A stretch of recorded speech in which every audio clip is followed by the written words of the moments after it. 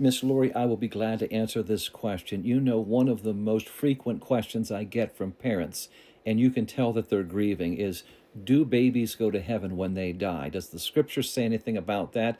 And let me start off with that, and then I'll get right to your question to build up to that. And the answer is yes, babies go to heaven whenever they pass from this life. I think of 2 Samuel chapter 12 and verses 22 and 23.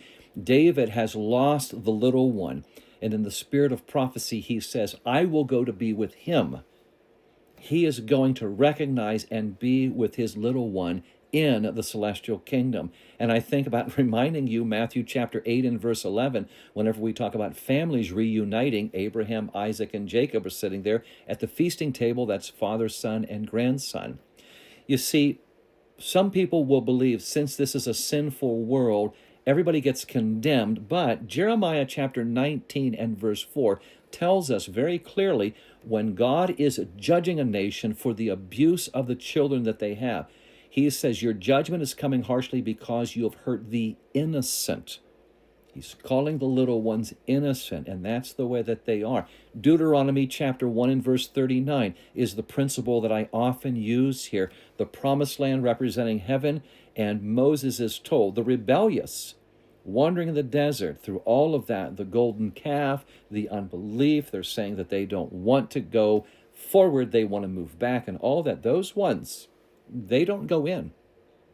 But, verse 39, Deuteronomy chapter 1, but to the little ones who have no knowledge between good and evil, well, they get to automatically go in. I want you to see this. It's very, very important. Romans chapter 1, people are responsible for the rejection of the presence of God, as it says, through his divine nature, his invisible attributes. He's there. No one has an excuse, but you have to be able to understand.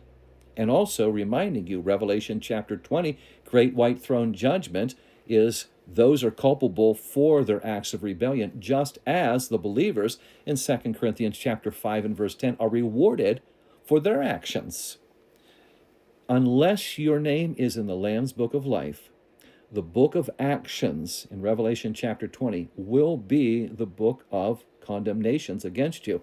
But if you're an innocent little one, if you have no knowledge between good and evil, you've done no actions, okay? All right. So the second part is this. What is the age of the little ones? Whenever they head to heaven, am I going to go up there as we have lost one in a miscarriage too? Whenever we go up, will we be able to see this one? And will the little infants that have died, will they still remain infants? Well, we see in Romans chapter 8, when we take a look in verse 29, you're going to see a very, very important passage that tells you that we as believers are conformed to the image of Christ. And I continue on that thought when I'm looking through the scripture and understanding this is talking about how we will walk with Christ, make responsible testimonies in the name of Christ and such. And it's saying, yes, we will look like Christ. We will have bodies like Christ. First John chapter 3 and verse 2, it tells us we're not familiar with what exactly our resurrected bodies will be like, but we know this, we will see him as he is, and we will be like him. Now, along that line, this takes us into what we would call adulthood. It's the only way I can tell you is this. Every time I look in the scriptures and I see scenes of heaven, Revelation chapter 4, the elders around there, the celebrations in Revelation chapter 15, places like that, every redeemed person is acting in a mature and adult way. The celebrations of Revelation chapter 7 and verse 9. We don't see anything about infants. Everybody there, the redeemed, talking and asking questions of God, Revelation chapter 6. So what we see then is the condition of the believers.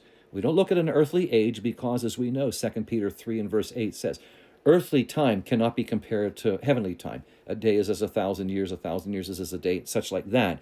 And so we can't say how old will a person be. It's the condition. And every time we look in the scriptures, we see these ones being presented in an adult form. After that, the mystery is there, and we'll find out when we get to heaven, believers.